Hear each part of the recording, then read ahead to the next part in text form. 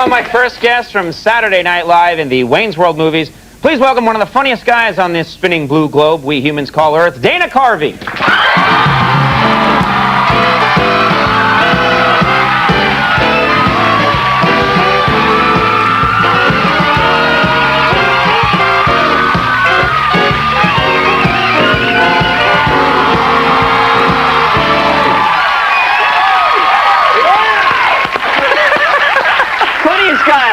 Oh my God! I like to put a lot of pressure on performers. I wanted to be casual and cool tonight, you know? Because very funny! I said you were funny, you better be funny! You know this movie when people come out on a talk show, they do the little audience thing, they kind of go, like that kind of thing. I wanted to be that guy, kind of like, hey, how you doing? I'm going to talk about myself tonight, but I guess I'll do the voices. Yeah.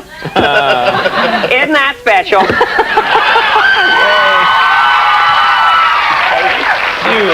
Conan, it's so good to see you. Nice to see you. We met. When did we met in, like, I think I met you 1937. in 1937. No, you were a young, fresh-faced writer on Saturday Night Live. 1988 is when I met remember when you came into my office. You still had that little Irish lilt. Hello, Mr. Carvey. I'd like to write a sketch with you, maybe. I thought maybe do something with the church lady or something, you know. It's so funny, Mr. Carvey. Remember that? I was just off the boat, yeah. Yeah, you had an you had an Irish accent. Yeah, And that large Irish head you always talk about. I'm Irish. Carvey is an Irish name, but you pronounce it in Irish, it's Carvey. Carvey? Yeah. Oh, very That was a joke, and no one got it. No. We'll add laughs later. Oh. We have a machine. Genius. Yeah. You can also... It's this right here. Now, it just, I'm not going to go touch that one. That's, oh, penis reference. Hello. Hey. Penis, penis, penis, penis, penis, penis. What are you doing? I have no idea what I'm doing. I'm trying just to get used to the idea that we're supposed to be having a casual conversation. You've got notes, I've got bits, and Andy's staring at me. It's so much expectation. So, what do you got, kid? Well, wait, you have Irish relatives, don't you? Yeah, I have Irish. My wife's uncle is Irish. Very humble people. That's what I love about it. My uncle say, you know, if you come home at the end of the day and no one hits you with a shovel in the face, it's been a good day. I'm literally quoting, you know, if you have a hand of mud to eat, you're happy. If you're not starving, if your hair's not on fire, it's a good weekend. Those are exact quotes. Uh-huh. Do you talk to these people a lot, or no? Not a lot, Coney. No, keep them far away from you. No, I do. They're very, very sweet. Yeah. Do you want to talk about Microsoft? I do.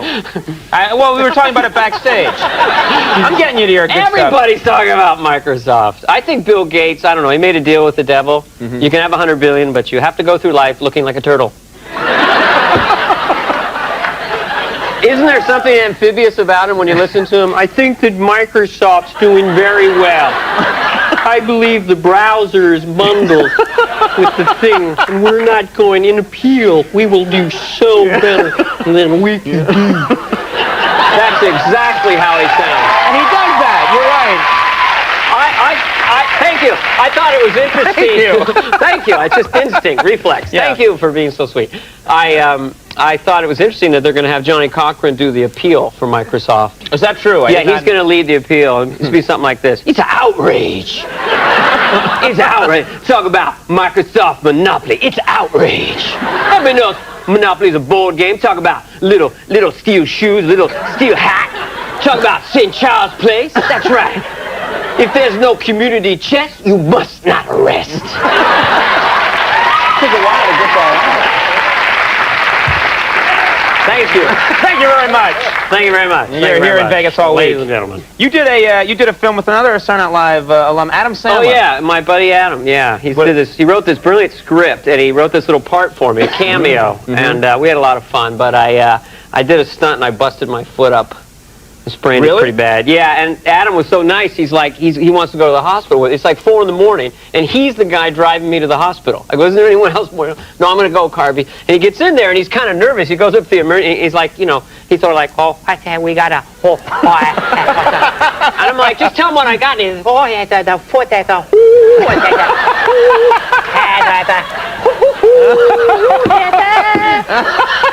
and I'm in there getting x-rays. He's like, oh, that's x-ray. So it got taken. It got taken care of pretty much. Taken care of, yeah. Yeah. Well, anyone else famous you run into recently? Well, I ran into Robin Williams after that, who's a sweet guy. He's very shy, though, and I'm kind of shy. And I tell him about the foot, and I'm like, you know, Robin, I was doing this little movie part with Adam. He goes, oh, yes, very good. You know, and I said, well, I busted up my foot, and he goes, I go, but it's feeling pretty good now. Yes. And I'm thinking of running soon. Those aren't even words. Did he ever use words? People are going, his impressions don't sound good anymore. Then he ran into Adam on the way out.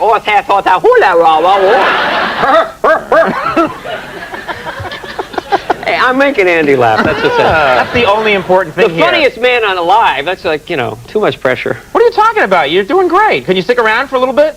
Oh, all right. We're doing a little commercial here. Yes. When we come back, more Dana Carvey. Stick around.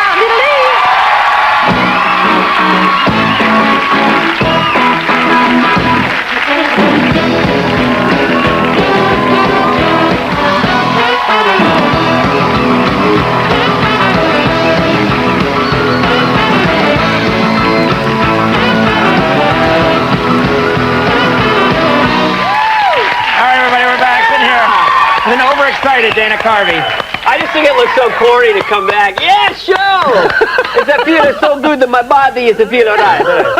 Roberto Benigni impression. Yes, very nicely done. Very nicely done. You're the new Carson, I swear to God. What are you talking about? You're just like Carson. I look at you and I just see Johnny. What are you? I don't know. Just you're the only one. Trust me. You're very sweet. It's like you're a funny young man. Yeah, that's funny stuff. Thank you. So Rob Williams, Adam Sandler just got kind of weird voices, huh? I'll try and do that. We got to talk about something. We were on SNL together, of course. You had a lot of famous impressions, but your George Bush Sr. impression, yeah. President Bush, very famous. Gotta do it. Gotta do it. So this has got to be exciting for you that his son now is. Oh yeah, I'm working on the George Jr. Yeah. What, I think basically his dad put him up to it. Come on over here, little Georgie. Have a seat here. Think about you running for president, little Tootski. Actually, you know, Bush is going to campaign for his son, George Sr., and, you know, a lot of ex-presidents are campaigning. Jimmy Carter's actually campaigned for Al Gore. I was at a fundraiser with him, and I think we have some tape of him backstage, because you never know what people are like backstage. There's a lot of stress and pressure. People get nervous before. Yeah, so this is I think we have a clip of Jimmy Carter backstage. I don't think he'll mind us showing it, but can we show that clip, please? Hi, sir. We've got the order. We're going to start with George Will, then you'll go on, and then Garrison Keillor. Are you f***ing kidding me? Garrison Keillor's going to follow me? I'm the ex-president of the United States of America. Well, no, I'm sorry, sir. I just thought Garrison... Well, I just thought I might kick your ass. Please, sir. Don't touch me. Do not ever touch me. Are you a faggot, boy? I ought to take you out of the woodshed, make you my girlfriend. Who's your daddy? Who's your daddy? Who's your daddy? Who's your daddy? Hold on, boy.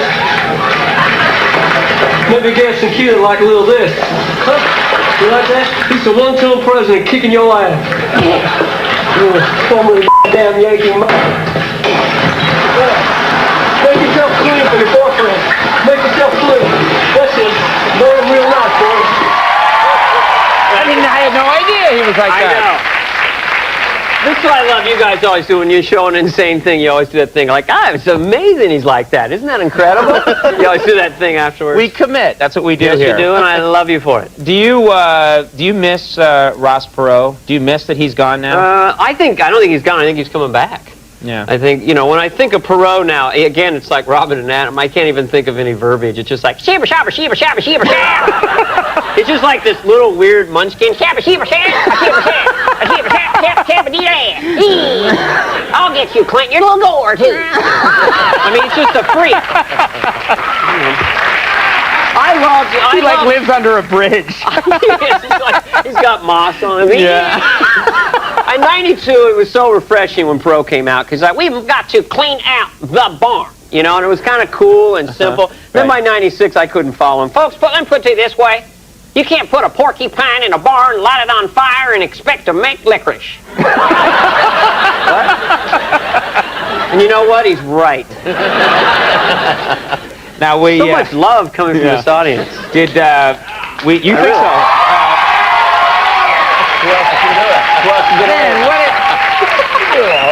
You horrible whore. No, they're so nice and friendly. What else you gonna do, Mr. Comedian? I don't know. I've had worse. You know, you were very nice. We did some shows.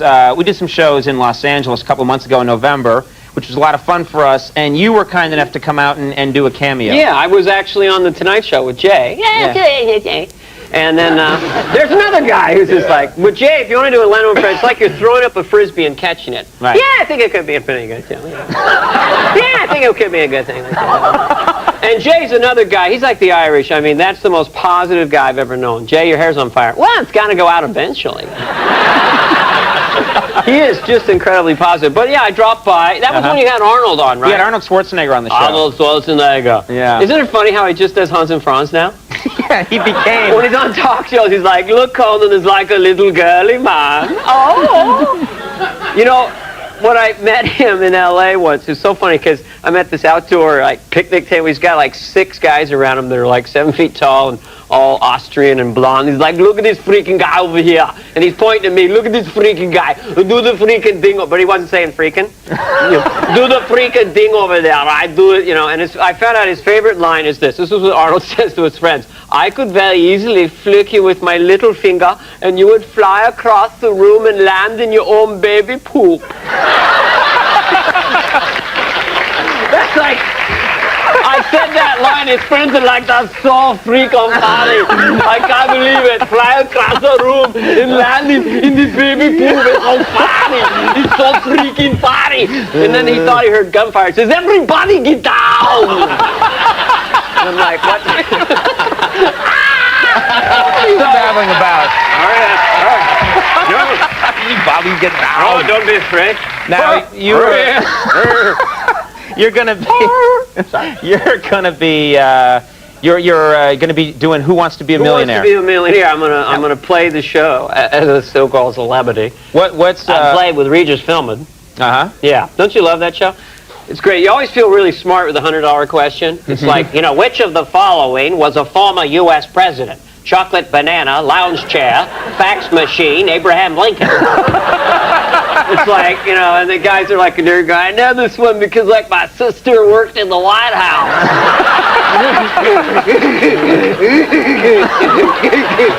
And then by the 32,000 question, it's like, how many sleep beans in a neat knock, Alexa, photograph! So you don't use any real words anymore. Everything it just sounds. I was always bored by impressions. That's why George Bush became, from not going to do it, became not gonna do it. And I'm always surprised people go for it. It really sounds like him. So But now, Who Wants to Be a Millionaire? When's that going to air? That's going to be on in May, and I hope I don't get humiliated and go out on a really cheesy question. Can I use you as a phone a friend? Yeah, call me. What's your expertise? Because you're from Harvard. You're from Harvard. No, not that one. No. You're not from the one in Iowa I went to. You went to Iowa. I went to the... Iowa? Iowa? I know how to get out on people cheering. All right, well... Thank you, audience. Thank you, Conan. Andy, it's been a pleasure. Hey, Dana, we can't thank you enough for stopping by. I'll stop by every time I'm here. Dana Carvey, everybody. Thank you. Jason Gedrick is coming up. See, you lived up to the expectation.